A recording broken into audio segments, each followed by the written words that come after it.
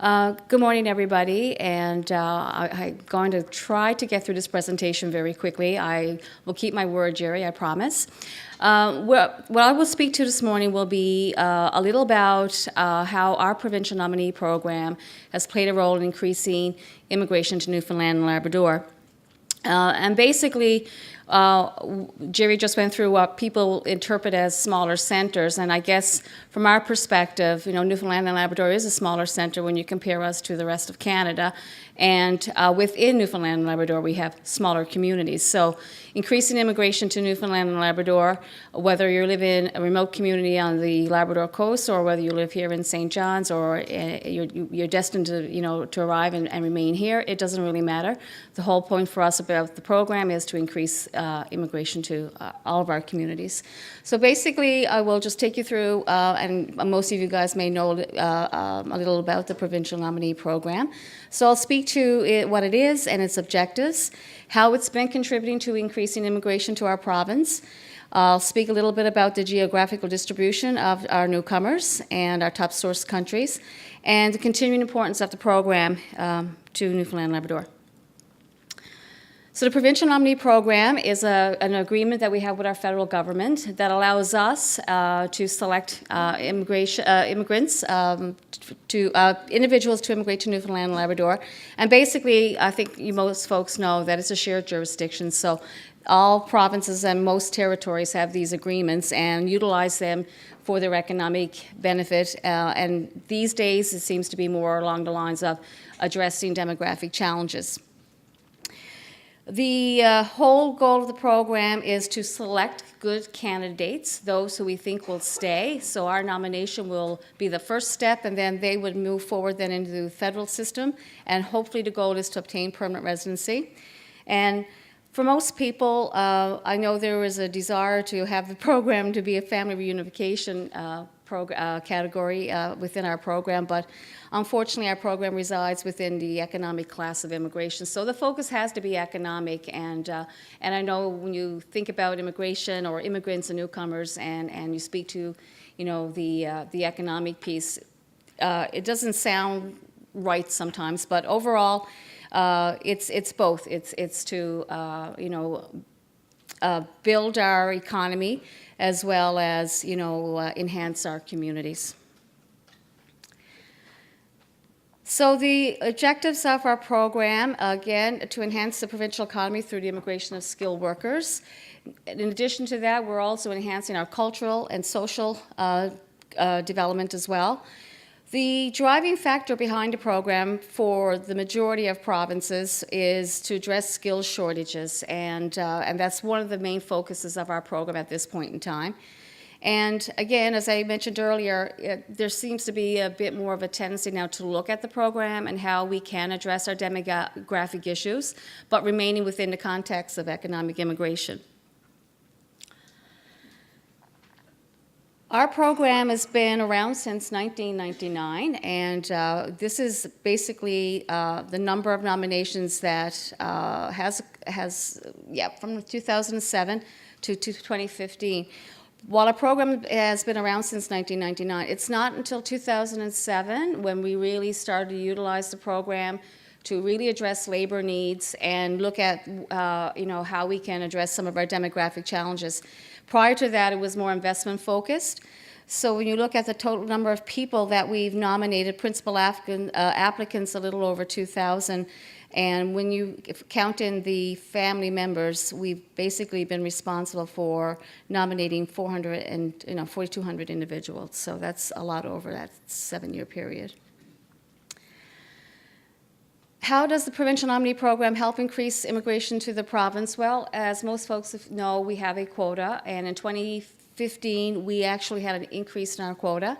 Our original quota was 300 base nominations, and the base nominations basically is what we have control over. So we can nominate the entire range of skill sets from the higher skill to the lower skill sets. So it's the full range of the National Occupation Codes.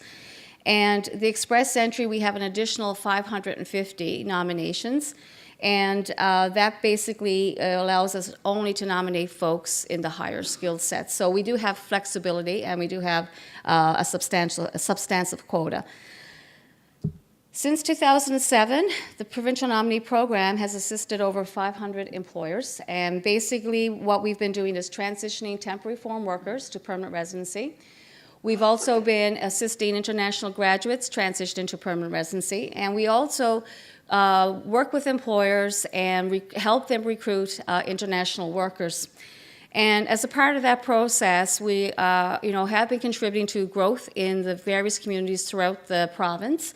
And I think over the last year or so, I think just from my experience dealing with employers, there seems to be a little bit more recognition about the value of the PNP and how it is not only helping them fill positions, but building their communities as well. The Provincial Nominee Program accounts for over 50% of all immigration to Newfoundland and Labrador, and that's a very important point because prior to the Provincial Nominee Program, first of all, prior to our first immigration strategy, the province was, like most other jurisdictions, not really very proactive. With the launch of the strategy in 2007, of course, the approach changed, and the focus on the program became a little bit more driven towards the labor market. And since that time, we've noted that the numbers of permanent residents annually have been steadily increasing.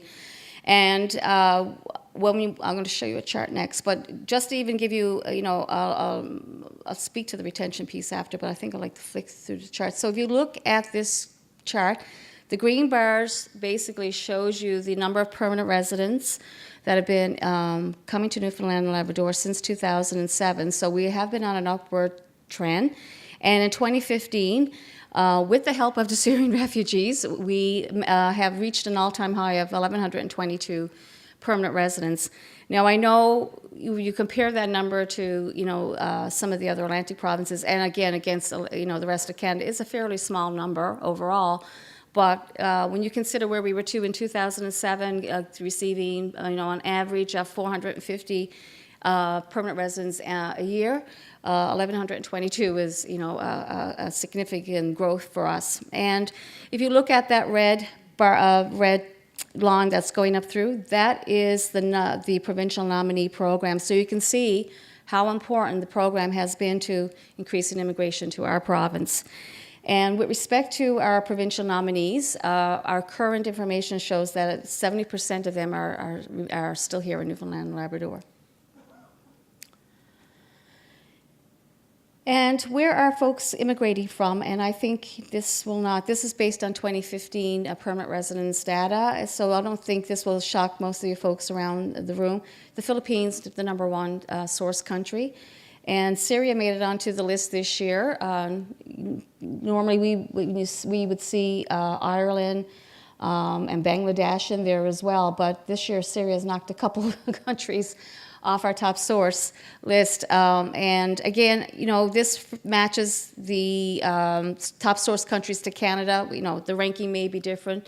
And these countries tend to remain, somewhere in the top 12. The rankings change from year to year. But with respect to the Philippines, that has been number one for the last several years. So where are immigrants living in Newfoundland and Labrador? Well, this graphic here will show you where the distribution, and so they're everywhere pretty much. You can see the hubs, the larger circles show you the hubs, and the little dots will show you, some of the smaller centers where folks are residing. But overall, it looks like there's not very many in Labrador, but again, if you know much about Labrador, you have Labrador City and Walbush on one side, and you have Happy Valley Goose Bay on the other, and in the coast of Labrador. That's pretty much where the bulk of the population is in Labrador. So the geographic distribution, this would be on the left-hand side there, it would be the 2015, based on our 2015 permanent residence data. So again, you see 68% are residing in the St. John's CMA area, and 32% throughout the rest of Newfoundland. And compare our provincial nominees in that data as well. It's 45% in the St. John's and CMA area, and 55% outside of the St. John's and CMA area. And I think I might have reversed that. My apologies. So I should have been referring to the last circle there on your left. So that would be 48% in the St. John's area and 52% outside. And on the opposite side is basically the distribution based on our 2007 to 2015 permanent residence data.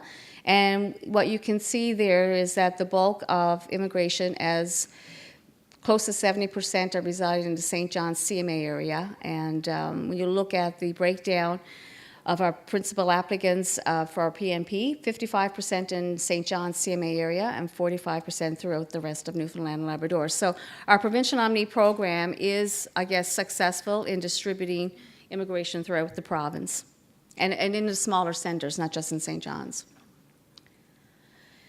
And this is a gender distribution of our principal applicants. So when we look at this, you can see that the age, I don't know if you can see that very clearly, but it's a fairly healthy, population.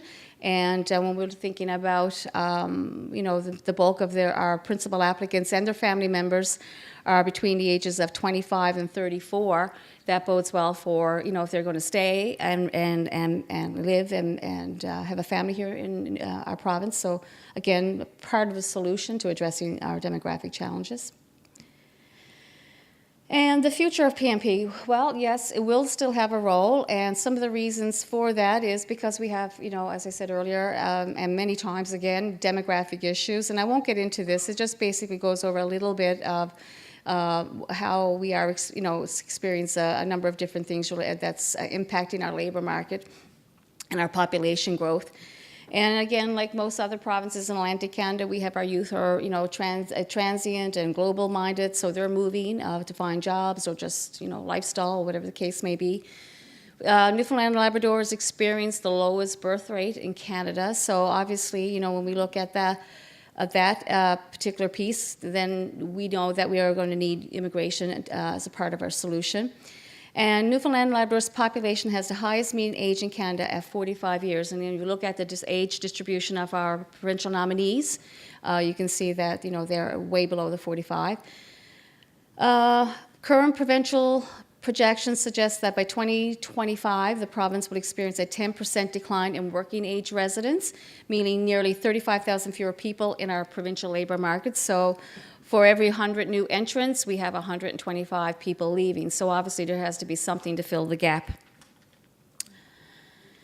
And with respect to building communities, which I spoke about a little bit, we continue to see that as an important piece. And I guess, when you focus on helping employers and filling labor market gaps, sometimes you can lose sight of the people component. And I think we're at a point in time now where we are starting to see the value of the provincial nominee program and building communities and working with the ethnic communities that are growing in various regions of our province.